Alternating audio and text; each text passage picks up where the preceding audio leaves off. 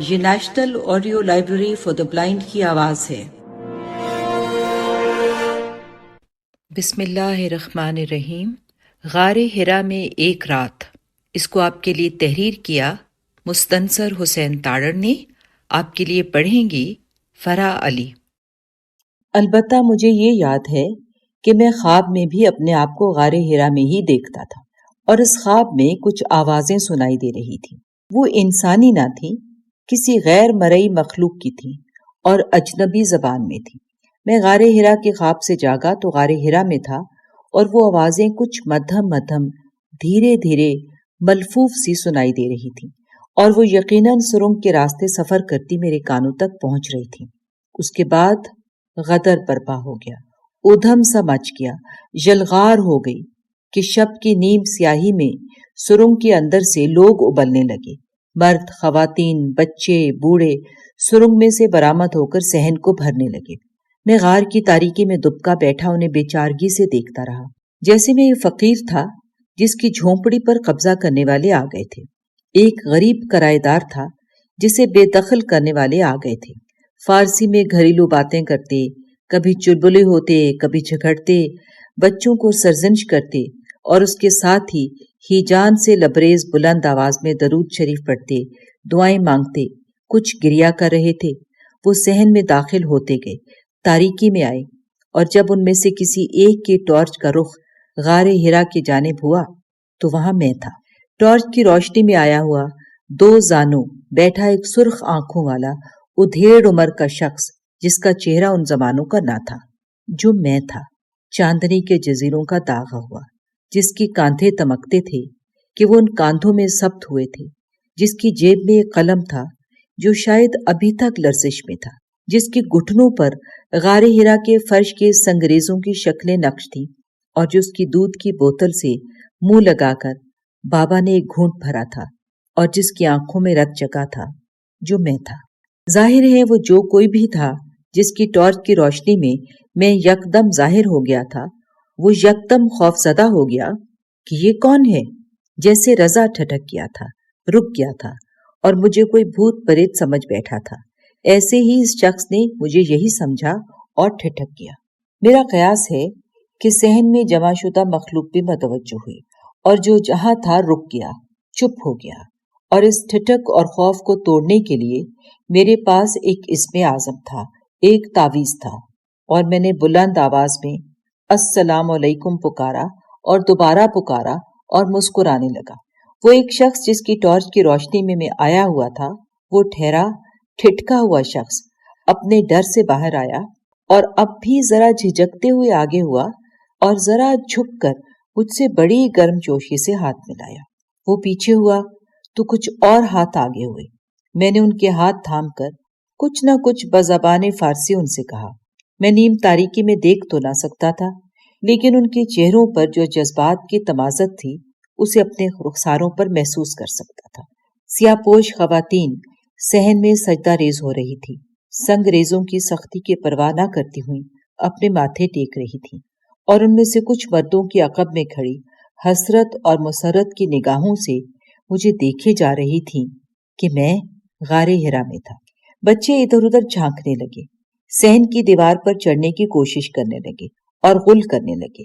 مجھے احساس ہوا کہ اب مجھے بابل کا ویڑا ہمیشہ کے لیے چھوڑ دینا ہے۔ جیسے موت کا ایک دن معین ہے، ویسے بھی وہ لمحہ معین ہے جب مجھے بابا کے سانسوں کے سہارے قائم ان آڑے ترچھے پتھروں میں سے وجود میں آنے والی اس کھو سے کوچ کر جانا ہے، بابا کی اونچی حویلی سے رخصت ہو جانا ہے، رانجھن کی جھوک سے جدا ہو جانا ہے، رانجھن کے ڈیرے میں قیام ایک خواب ہونے کو ہے۔ جیسے کسی کے دن پورے ہو جاتے ہیں اور وہ یہ جہان چھوڑ جاتا ہے، ایسے میرے لمحے بھی پورے ہو گئے تھے۔ میں نے جو سانس یہاں لینے تھے وہ پورے ہو چکے تھے۔ کوہ نوردی میں، آوارگی میں، کسی بھی مقام پر شب بسری کے لیے خیمہ زن ہوئے تو اگلی سویر ایک نئی منزل کی جستجو اور ہوس میں مبتلا ہوئے۔ خیمہ سمیٹتے کبھی دکھ نہ ہوتا کہ اگلی منزل نظر میں تصویر ہو کر بلائی چلی آتی تھی، لیکن یہاں سے کوچ کر کے اب کہاں جانا تھا؟ جانا تھا تو بستی میں ہی جانا تھا، نیچے ہی اترنا تھا، کسی مزید بلندی کی جانب تو سفر نہیں کرنا تھا کہ اس بلندی سے اوپر تو کوئی اور بلندی ہے ہی نہیں۔ کہار ڈولی لے کر جائیں تو دلہن لاکھ جتن کرے، آنسو بہائے، لاکھ منت سماجت کرے کہ بس ایک روز اور بابل کی گلیوں میں رہنے دو، اس کی کچھ سنی نہیں جاتی۔ کہار آتے ہیں تو کبھی خالی ڈولی لے کر واپس نہیں جاتے۔ تو کوچ کا، رخصتی اور جدائی کا لمحہ نزدیک تھا، جیسے غار کی چھت پر وہ نزدیک تھا۔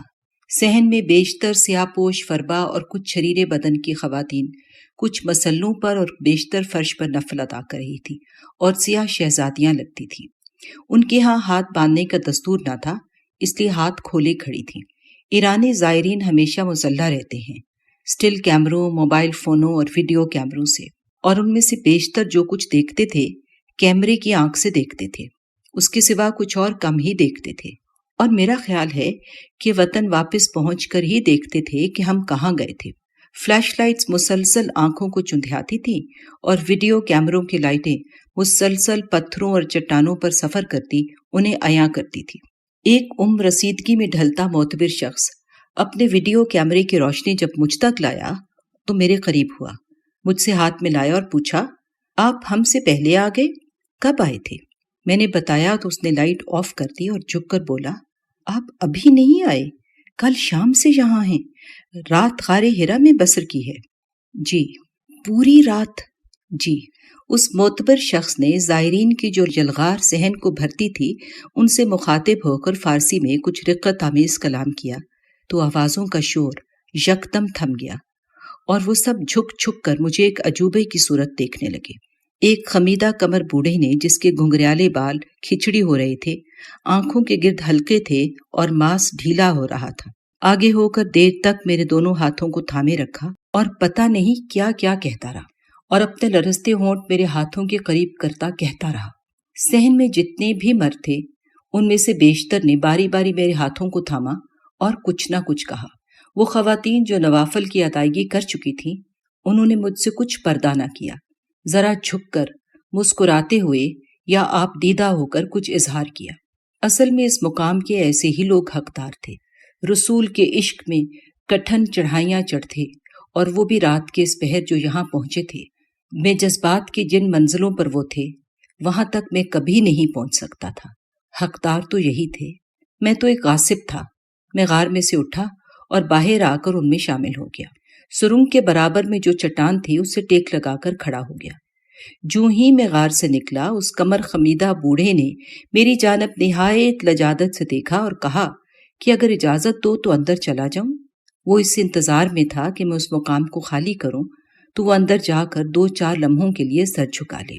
میں نے مسکرا کر ہاتھ ہلایا تو اس نے غار میں داخل ہو کر سر جھکا دیا۔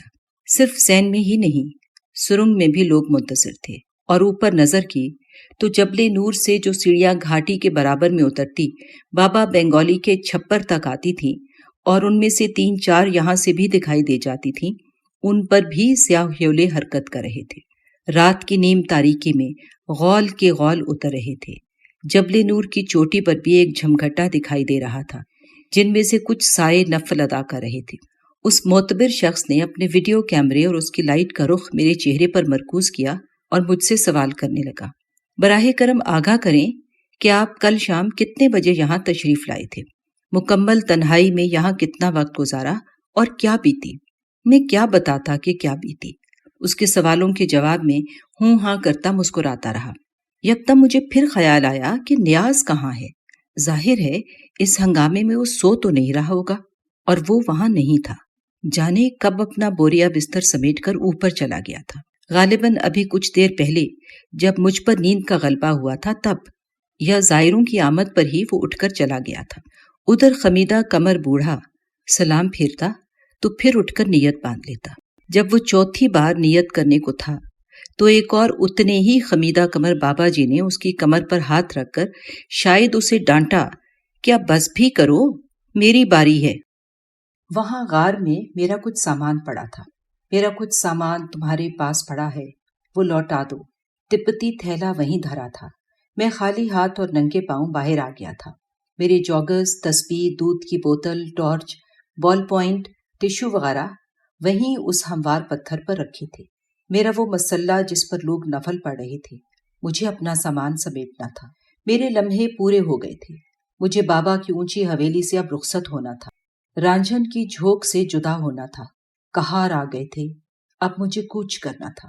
میں کوشش کر کے معافی اور تشکر کے کلمات بڑبڑاتا آگے ہوا۔ غار کے دھانے پر متعدد لوگ اپنی باری کے منتظر تھے، اور اندر ایک اور بابا جی ایسے تھے کہ باہر آنے کا نام نہ لیتے تھے۔ میں بھی ان کے ہمراہ انتظار کرنے لگا۔ پھر میری باری آ گئی۔ سامان سمیٹنے سے پیشتر آخری بار بابا کا اور اللہ کا شکریہ ادا کرنے کے لیے ہاتھ باندھ کر کھڑا ہو گیا، لیکن کچھ لطف نہ تھا۔ مجھے یوں نفل ادا کرنے کی عادت ہی نہ تھی کہ پشت پر آوازوں کا شور ہو، منتظر لوگ ہوں جن کی بے چین آنکھیں میرے کندھوں کو جلاتی ہوں، ایک ہجوم ہو۔ میں نے اس مقام پر ٹھہرنے کے بہت بہانے بنائے۔ آہستہ آہستہ ایک ایک لفظ الگ الگ کر کے پڑھا تاکہ کچھ وقت لگے۔ سجدے میں گیا تو گیا ہی رہا۔ سلام پھیرنے کے بعد ہاتھ دعا میں اٹھائے تو غار ہرا کے آخر میں جو شگاف تھا، جس میں سے ہلکی نامعلوم سی روشنی آ رہی تھی، اسے دیر تک تکتا رہا۔ دعا کے بعد میں نے آس پاس کے پتھروں پر ہاتھ پھیرے، انہیں الوداع کہا، جیسے کسی مکان کو ہمیشہ کے لیے چھوڑنے سے پیشتر اس کے مکین اسے حسرت کی نظر سے دیکھتے ہیں اور جاتے ہوئے در و دیوار کو چھوتے ہیں، ان پر ہاتھ پھیرتے ہیں، جیسے بے گھر کیے جانے والے آخری بار اپنے گھر کو دیکھتے ہیں۔ میں نے اپنا سرہانہ اٹھایا، تبتی تھیلے کو اٹھایا اور اپنا سامان سمیٹنے لگا۔ آخر میں اپنے جانماز کو اٹھایا، اس کے تلے وہ بوسیدہ ہزاروں جبینوں سے آشنا غار ہرا کی واحد زنت، وہ مسلح سمٹا ہوا پڑا تھا۔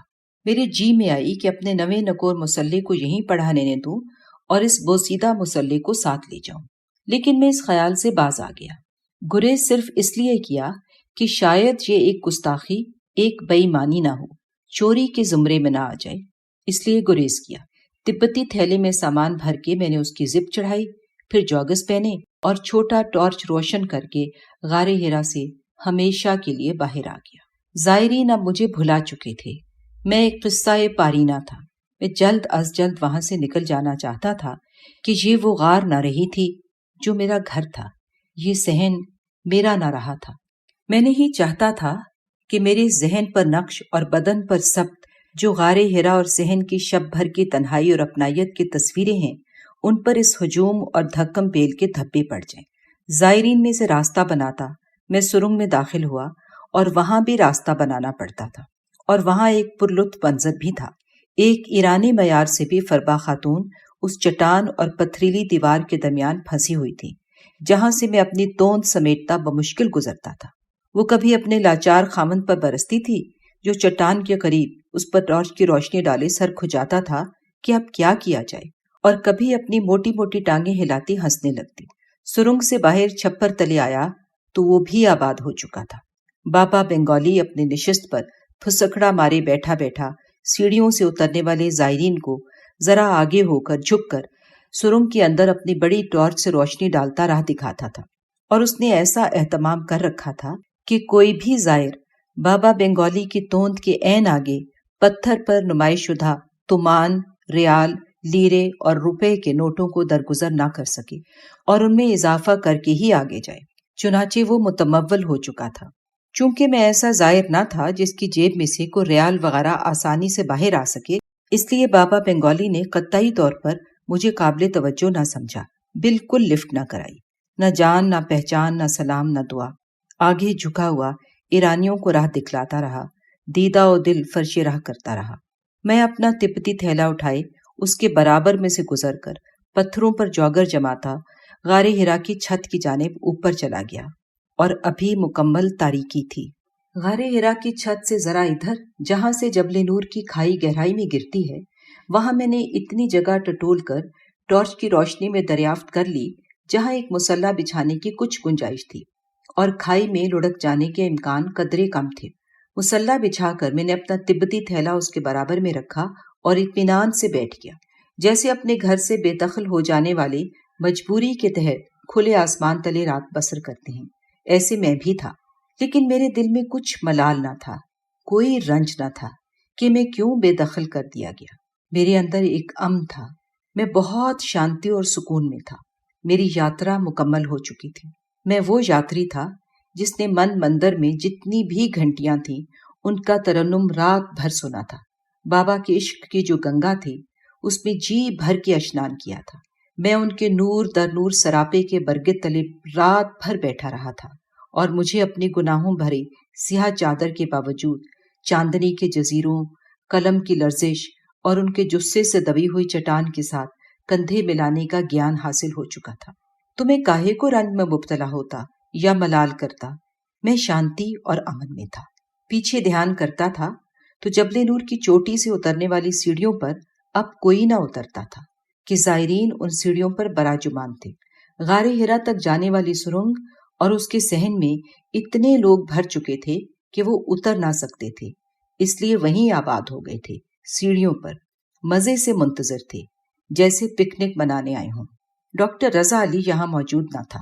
وہ شاید اس ہجوم کے نزول سے پیشتر ہی یہاں سے رخصت ہو چکا تھا۔ کیسا شاندار شخص تھا! غار ہرا کی شب تنہائی میں چند لمحوں کے لیے میرا واحد ساتھی، اس رات کے اکلاپے میں اس کی پرسوز خیرت، اور یہ کہ اگر عشق گناہ ہے تو میں اس گناہ میں غرق ہو چکا ہوں۔ رات اب بھی تاریک اور گھنی تھی، لیکن صرف ایک فرق کے ساتھ کہ پہلے ہر سو چپ کے ڈیرے تھے اور اب ہر سو قدموں کی آہٹیں اور زائروں کی باتیں اور مناجاتیں سنائی دے رہی تھیں۔ لیکن اب بھی میرے درجات بلند رہے تھے، ایک تو جبل نور کی بلندی، اور پھر یہ کہ میرے آس پاس وہاں اور کوئی نہ تھا۔ وہ سب کے سب چوٹی سے اتر کر بابا بنگالی کے پہلو سے نکل کر سرنگ میں داخل ہوتے تھے، غار ہرا کے چاؤ میں چلے جاتے تھے۔ ادھر کوئی نہ آتا تھا، یہاں کوئی نہ تھا، یعنی کوئی زیرو نہ تھا۔ وہ تو تھا اور نزدیک تھا، اور سامنے اس کا گھر ایک منیچر خانہ کعبہ تھا جو رات کے اس پہر جبل نور کی آخری گھاٹی سے پڑے شہروں کی ماں مکہ کی آبادیوں سے بہت پرے تاریکی میں اپنے آپ کو یوں ظاہر کرتا تھا کہ اس پر ایک خوابناک پریوں کے قلعے کا گمان ہوتا تھا۔ اس عقیدت بھری خوابناکی میں ایک کھردری حقیقت کا اقرار بھی کر لیا جائے۔ میں اپنے مصلے سے اٹھا، احتیاط سے قدم رکھتا ذرا آگے گیا۔ غار ہرا کے صحن میں جھانکا تو وہاں بھگدڑ کی وہی کیفیت تھی۔ اس سے ذرا آگے ہوا، اتنا کہ ذرہ بھر آگے ہوتا تو ایسا آگے ہوتا کہ پھر لوٹ نہ سکتا، کھائی میں گر کر جانے کہاں ابدی آرام فرما جاتا۔ تو میں اس آخری کنارے تک گیا، آس پاس سوائے رات کے اور کوئی نہ تھا۔ تو میں نے ایک بار پھر رسیدگی کے باعث بعض نازک اعضاء پر پڑتے بوجھ کو خالی کیا اور اطمینان کا ایک سانس بھر کر سگریٹ سلگا لیا۔ سگریٹ کا آخری کش کھینچ کر میں نے اسے چٹکی میں بھینچا اور تاریخ خلا میں پھینک دیا، اور اس کی مدھم سلگاہٹ کھائی میں گرتی چلی گئی۔ واپس آ کر منرل واٹر سے اپنے ہاتھ بھگوئے، مصلے پر بیٹھ کر تسبیح کے کچھ دانے پھرولے، اور پھر سامنے نظر آتے منظر نے پیغام بھیجے کہ اے مرد ناداں، تیری نادانی کی بھی کوئی حد ہے، میرے اور تیرے درمیان کوئی پردہ حائل نہیں، اور پھر بھی تو بیکار بیٹھا ہے۔ میری جانب رخ کر، ہاتھ باندھ لے، یہ کچھ تیرے نصیب میں پھر نہیں ہونے کا۔ اور میں نے پیام کی تعمیل کی، ہاتھ باندھ کر کھڑا ہو گیا۔ جب سلام پھیرا تو دائیں جانب وہ پہاڑ نظر آیا جس پر ایک شخص افق تا افق کھڑا نظر آیا تھا، اور بائیں جانب رخ کیا تو وادی مکہ کی آبادیاں تھیں۔ میں اس شب کی سیاہی میں بہت دیر تک یوں ہی اپنے مصلے پر بیٹھا رہا، اپنا رخ کعبے کی جانب کر کے، پھر کچھ دیر لیٹا رہا۔ اچھا، اس کھلی فضا میں اپنے مصلے پر نیم دراز ہونا بھی ایک الگ سا لطف تھا۔ غار ہرا کے اندر تو حدود تھی، اگرچہ ایک ذاتی، سراسر ذاتی بسیرا تھا، لیکن جہاں جبل نور اس پر جھکے آسمان اور وادی مکہ سے ہم آہنگی اور ان کے ساتھ سانس لینے کی، ان کا ایک حصہ ہونے کی انوکھی کیفیت کا سرور تھا۔ چونکہ لیٹے ہوئے حالت بیداری میں مجھے ادھر ادھر چھونے کی عادت ہو چلی تھی جو غار ہرا کی عنایت تھی، تو یہاں بھی میں نے اپنے آس پاس بے دہانی میں ہاتھ پھیرا، برابر کی چٹانوں پر ایک دو پتھروں کو چھوتا رہا۔ میں نے اپنی دائیں ہتھیلی تلے کچھ سنگریزوں کی سختی محسوس کی۔ سنگریزوں سے حجم میں ذرا بڑے پتھر تھے جو میرے لمس میں آتے تھے۔ یہاں تو بہت منجمد اور سخت ہیئت کی چٹانیں تھیں، تو یہ سنگریزے یا پتھر کہاں سے آ گئے؟ پہلے نہیں تھے۔ میں متعدد بار ادھر آیا تھا، تو اگر پہلے تھے تو میں نے غور نہیں کیا تھا۔ میں نے ٹارچ روشن کر کے اب غور کیا، اور مجھے ان کی موجودگی کا جواز سمجھ میں آ گیا۔ کسی زائر نے شاید ابھی کچھ دیر پیشتر چوری چھپے اس چٹان کو، جو غار ہرا کی چھت کا ایک حصہ تھی، کسی ہتھوڑی یا کسی اور سخت شے کی ضرب سے توڑا تھا، تاکہ رنجے سفر کی کوئی نشانی تو پاس ہو۔ اور وہ کوئی نشانی، کوئی پتھر توڑ کر لے گیا تھا، اور یہ اس کے باقیات تھے، 2 چھوٹے چھوٹے پتھر۔ میں نے تو ترغیب کے باوجود اور تنہائی کے باوجود، جس میں غار ہرا کے اندرون کا کوئی حصہ میں کیسا بے خطر ہو کر توڑ سکتا تھا، میں نے ایسا نہیں کیا تھا۔ محض ایک نشانی کی خاطر اس گھر کا چہرہ خراب نہیں کیا تھا۔ اب ان 2 پتھروں کو ابھی جب سویر ہوگی تو کوئی نہ کوئی اٹھا کر لے جائے گا، تو میں کیا برا ہوں؟ میرا تو اس میں کوئی دوش نہیں۔ شاید یہ میری نیک نیتی کا انعام تھا، میرے ہی لیے یہ بندوبست کیا گیا تھا۔ یہ نشانی خصوصی طور پر وہیں رکھی گئی تھی جہاں مجھے مصلی بچھانا تھا اور پھر برابر کی چٹان کو چھونا تھا۔ چنانچہ میں نے ان 2 پتھروں کو کسی بھی احساس گناہ کے بغیر اٹھایا اور تبتی تھیلے میں سنبھال لیا، اور آج میرے پاس غار ہرا کی رات اور اس سویر کی کیا کیا نشانیاں ہیں۔ وہ مصلی جو میں نے اس میں بچھایا تھا، ایک تسبیح، ایک قلم، تبتی تھیلا، وہ 2 پتھر، اور پھر بہت عزیز وہ جوگر۔ کچھ دیر بعد ابھی تک تاریکی میں گم، اگرچہ سپیدہ سحر کی علامتیں جبل نور کے عقب سے کچھ کچھ سرایت کرتی تھیں، لیکن سامنے دیکھیے تو تاریکی اور خاموشی میں چپ وادی مکہ فجر کی اذان سے زندہ اور متحرک ہونے لگی۔ اللہ کے گھر کے گرد اس کا نام لیا جانے لگا، اس کی بڑائی کا اعلان کیا جانے لگا۔ جب اذانوں کا تسلسل ختم ہوا تو میں نے باقاعدہ محسوس کیا کہ خانہ کعبہ میں لوگ فجر کی ادائیگی کے لیے نیت کرنے کو ہیں۔ میں نے جس طور پچھلی شب ایک یکتا تنہائی میں اور جبل نور کی چوٹی ایسے بے مثل مقام پر نماز عشاء ادا کی تھی، ویسے ہی اب بھی خانہ کعبہ کو نظر میں رکھتے ہوئے فجر کی ادائیگی کے لیے ہاتھ باندھ دیے، اور لمحہ موجود میں بھی میں تنہا غار ہرا کی چھت پر کھڑا تھا، اپنے بچھائے ہوئے مصلے پر، تلووں تلے اس کی نرمی اور اس کے تلے جو چٹان کی سختی موجود تھی اسے محسوس کرتے ہوئے، اور اختتام پر جب دعا کے لیے ہاتھ اٹھائے تو کوئی تازہ حرف دعا یاد نہ آیا کہ دعا مانگنے کے لیے کچھ باقی نہ رہا تھا۔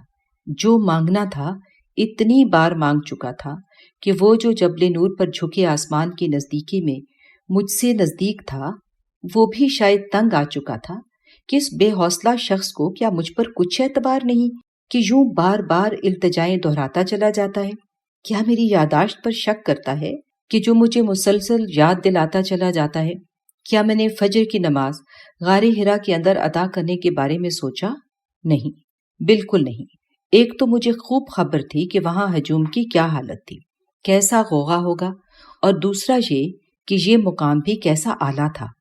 سویر کی امٹتی ہوئی ٹھنڈک کو اپنے رخساروں پر محسوس کرنا، اپنے آپ کو بے انتہا میں محسوس کرنا، تنہا اور خانہ کعبہ کو نظر میں رکھنا، اور اس میں جو لوگ فجر ادا کرتے تھے اپنے آپ کو ان میں بھی محسوس کرنا۔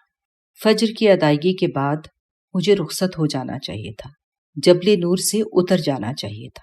اب تو اور کچھ باقی نہ رہا تھا، لیکن میں اتنا بھولا نہ تھا، قدرے شاکر شخص تھا۔ میرے دل میں کچھ اور بھی تھا، یہاں ابھی ٹھہرے رہنے کا کچھ جواز بھی تھا۔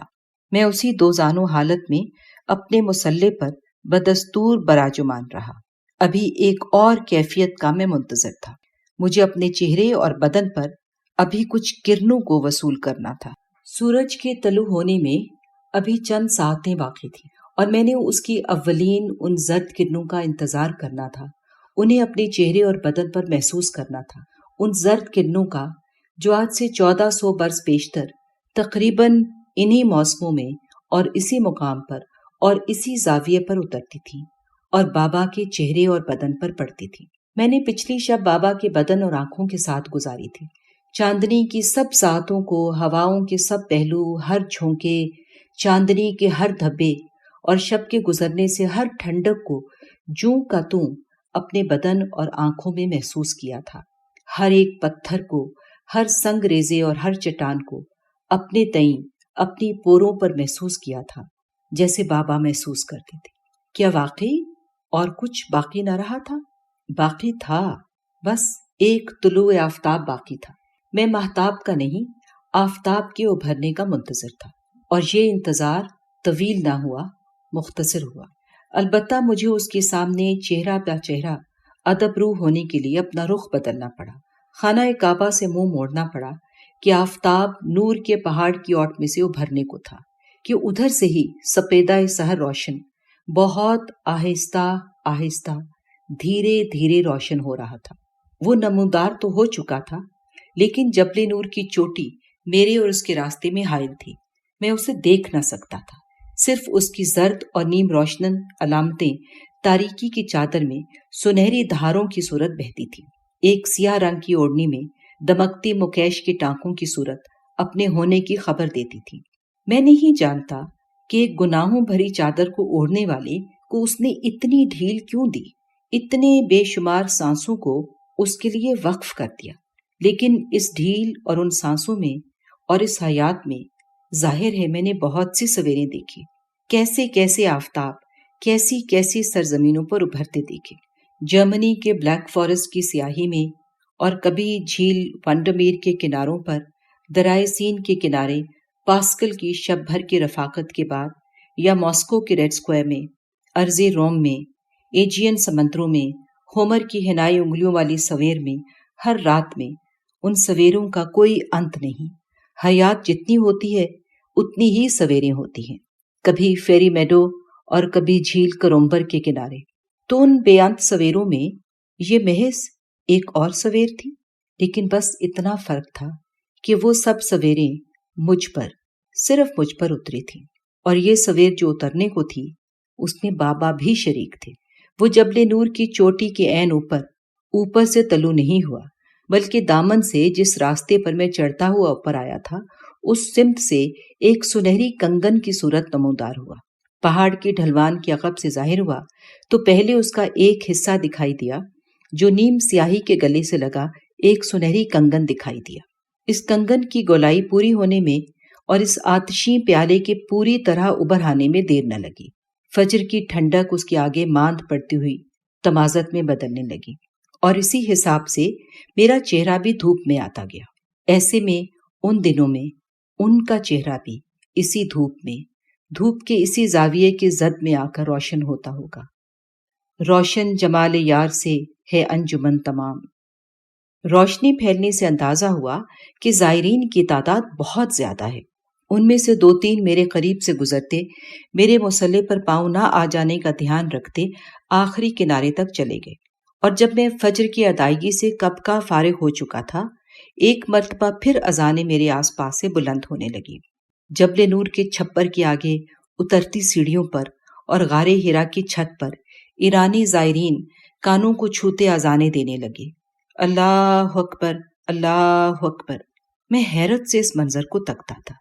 درجنوں لوگ، کوئی کسی پتھر پر، کوئی بہت بلندی پر اور کوئی سیڑھیوں پر، خانہ کعبہ کی جانب رخ کیے، جو نشیب میں وادی مکہ کی گھنی آبادیوں کے درمیان اب پہلے کی نسبت کم واضح تھا کہ روشنی نے گھروں، شاہراہوں اور بستیوں کو اور خانہ کعبہ کو ایک ہی صف میں کھڑا کر دیا تھا۔ پہلے وہ تاریکی کے درمیان ایک چکا چوند منور ماڈل تھا، اور اب وہ آبادیوں کا ایک حصہ ہو چکا تھا، ان سے الگ نظر نہ آتا تھا۔ یہ ایک جادوئی منظر تھا۔ میں اب سورج سے منہ موڑ کر پھر منہ ول کعبے شریف کیے اپنے مصلے پر بیٹھا ہوں، اور میرے ارد گرد اس بلندی پر آذانیں بلند ہو رہی ہیں۔ مجھے اس منظر کا کچھ گمان نہ تھا، اور یہ ایک غیر متوقع اور سحر انگیز کیفیت تھی جس سے میں دوچار ہوا۔ اگرچہ ایرانی برادران اپنے عقیدے کے مطابق اذان میں کچھ اضافے بھی کرتے تھے، لیکن مجھے اسے کوئی ذوف نہ پہنچتا تھا، کچھ غرض نہ تھی۔ کم از کم وہ اپنے جذبے کا اظہار کر رہے تھے، اور میں منہ اٹھائے اپنے مصلے پر بیکار بیٹھا تھا۔ وہ اپنے انداز میں رب کی توصیف تو کر رہے تھے، اور میں چپ بیٹھا انہیں دیکھتا تھا۔ وہ سب جو اذانیں دے رہے تھے، ظاہر ہے زیادہ خوش الحان تو نہ تھے، لیکن ان کا جذبہ انہیں سر میں لے آتا تھا۔ میرا بہت جی چاہا کہ میں بھی ان میں شامل ہو جاؤں۔ میں ان کی جانب کبھی سیڑھیوں پر کھڑے کسی شخص کو، اور کبھی میرے عین برابر میں کھڑے 2-3 لوگوں کو مسکراتے ہوئے بہت حسرت سے دیکھتا جاتا تھا، لیکن مجھ میں اجتناب تھا، ایک جھجک تھی ہمت نہ تھی، اور یہ خوف تھا کہ اگر میں نے اپنے مصلے پر کھڑے ہو کر صرف اللہ اکبر کی صدا بلند کی تو تمام اذانیں رک جائیں گی، سب لوگ میری جانب متوجہ ہو جائیں گے کہ یہ کون ہے اور کیسی گھیگھیائی آواز میں اللہ کو پکار رہا ہے، اس کے اندر شک ہے جو اس کی آواز گلے میں سے پھنس پھنس کر نکل رہی ہے۔ اذانوں کے بعد جو جہاں تھا وہیں نماز یا نوافل ادا کرنے لگا اور خاموشی ہو گئی، صرف دھوپ بولتی تھی کہ میں آ گئی ہوں، روشنی کی چمکیلی سرسراہٹ تھی، مجھے جانا تھا، نیچے اترنا تھا۔ نور کے پہاڑ کی گھاٹیوں، اترائیوں، کھائیوں اور راستوں پر اب اتنی روشنی اتر چکی تھی کہ اس کے سہارے آسانی سے دامن تک اترا جا سکے۔ چل خسرو گھر اپنے، میں نے دودھ کی بوتل سے منہ لگا کر اپنے تئیں ایک آخری گھونٹ پڑا، اسے ذرا ہلایا تو اس کے اندر تھوڑی سی چھلکاہٹ باقی تھی، ایک آدھ گھونٹ باقی تھا۔ میں نے ایک اور گھونٹ لیا، تب بھی کچھ دودھ محسوس ہوتا تھا۔ کیا اس بوتل کو بوجھ کم کرنے کی خاطر بائیں جانب کھائی میں پھینک دوں؟ نہیں، یہ تو مناسب نہیں، اسے ساتھ لے جاتا ہوں، نیچے پہنچ کر کہیں پھینک دوں گا۔ میں نے اسے تبتی تھیلے میں رکھ لیا، اٹھا اور اپنا مسلح سمیٹا، اسے تہہ کر کے تھیلے میں رکھ رہا تھا تو میری انگلیاں تھیلے میں پڑے چند پتھروں کو چھو گئیں۔ یہ کیا ہیں؟ اور پھر فوراً ہی دھیان آ گیا کہ یہ تو نشانیاں ہیں، اور اس لمحے وہ بلی نمودار ہو گئی، بہت آہستہ خرامی سے، جہاں میرا مسلح تھا اور جو سمیٹا جا چکا تھا اس کے برابر جو چٹان تھی وہاں نمودار ہو گئی۔ سورج کی روشنی میں اس کا ایک ایک بال روشن تھا، البتہ اس کی آنکھیں دمکتی نہ تھی، اور میں نہیں جانتا تھا کہ یہ وہی بلی ہے جو پچھلی شب جبل نور کی چوٹی پر ترک مسجد کے سیمنٹ کے تھڑے پر لیٹے ہوئے جس نے میرے ساتھ اٹکیلیاں کی تھی، یا وہی ماؤں بلی ہے جو غار ہرا میں میرے برابر میں آ لیٹی تھی۔ وہ جو بھی بلی تھی میرے برابر میں چٹان پر آ بیٹھی اور مجھے نہایت نڈر اور اپنائیت کی نظروں سے تکنے لگی۔ مجھے خدشہ ہے کہ کچھ لوگ شک کریں گے کہ یہ بلی پھر کیسے نمودار ہو گئی۔ اگر آپ شک کرنے والوں میں سے ہیں تو یہ بیان آپ کے لیے نہیں ہے، میں نے تو وہی کچھ بیان کرنا ہے جو مجھ پر گزرا ہے۔ میں نہیں چاہتا تھا کہ وہ بلی میری کسی بھی حرکت سے ٹھٹک جائے اور چلی جائے، چنانچہ میں نے نہایت آہستگی سے تبتی تھیلے میں سے دودھ کی بوتل ہولے سے نکالی اور اس کے پیندے میں کچھ دودھ دھوپ میں دکھائی دیتا تھا۔ اب یہ دودھ اس ماؤں بلو کو پلاؤں کیسے؟ میرے برابر میں جس چٹان کو کسی نے مجروح کر کے اس میں سے ایک نشانی الگ کی تھی، اس کی ساخت میں تھوڑا سا نشیب تھا۔ میں نے بوتل کا ڈھکن کھول کر اس ہلکے سے نشیب میں دودھ کے آخری گھونٹ انڈیل دیے۔ کچھ تو بہہ گیا اور کچھ ایک مختصر سے سفید تالاب کی صورت اختیار کر گیا جسے دھوپ مزید سفید کرنے لگی۔ وہ جو بھی بلی تھی دودھ کے سفید تالاب میں اپنی مونچھیں بھگوتی اسے سرکنے لگی، کبھی وہ منہ اٹھا کر مجھے اپنائیت کی نظروں سے نوازتی اور پھر دودھ سرکنے لگتی۔ ابو ہریرہ کی بلیوں کی نسل کی ایک بلی تھی یا نہیں، لیکن غار ہرا میں گزاری ہوئی اس رات کی آخری یاد وہی بلی تھی۔ وہ دودھ جو ختم ہونے میں نہ آتا تھا، اسے جبل نور کی ایک چٹان کے نشیب میں طلوع ہونے والے سفید تالاب میں سے مونچھیں بھگوتی اسے مزے سے سرکتی بلی۔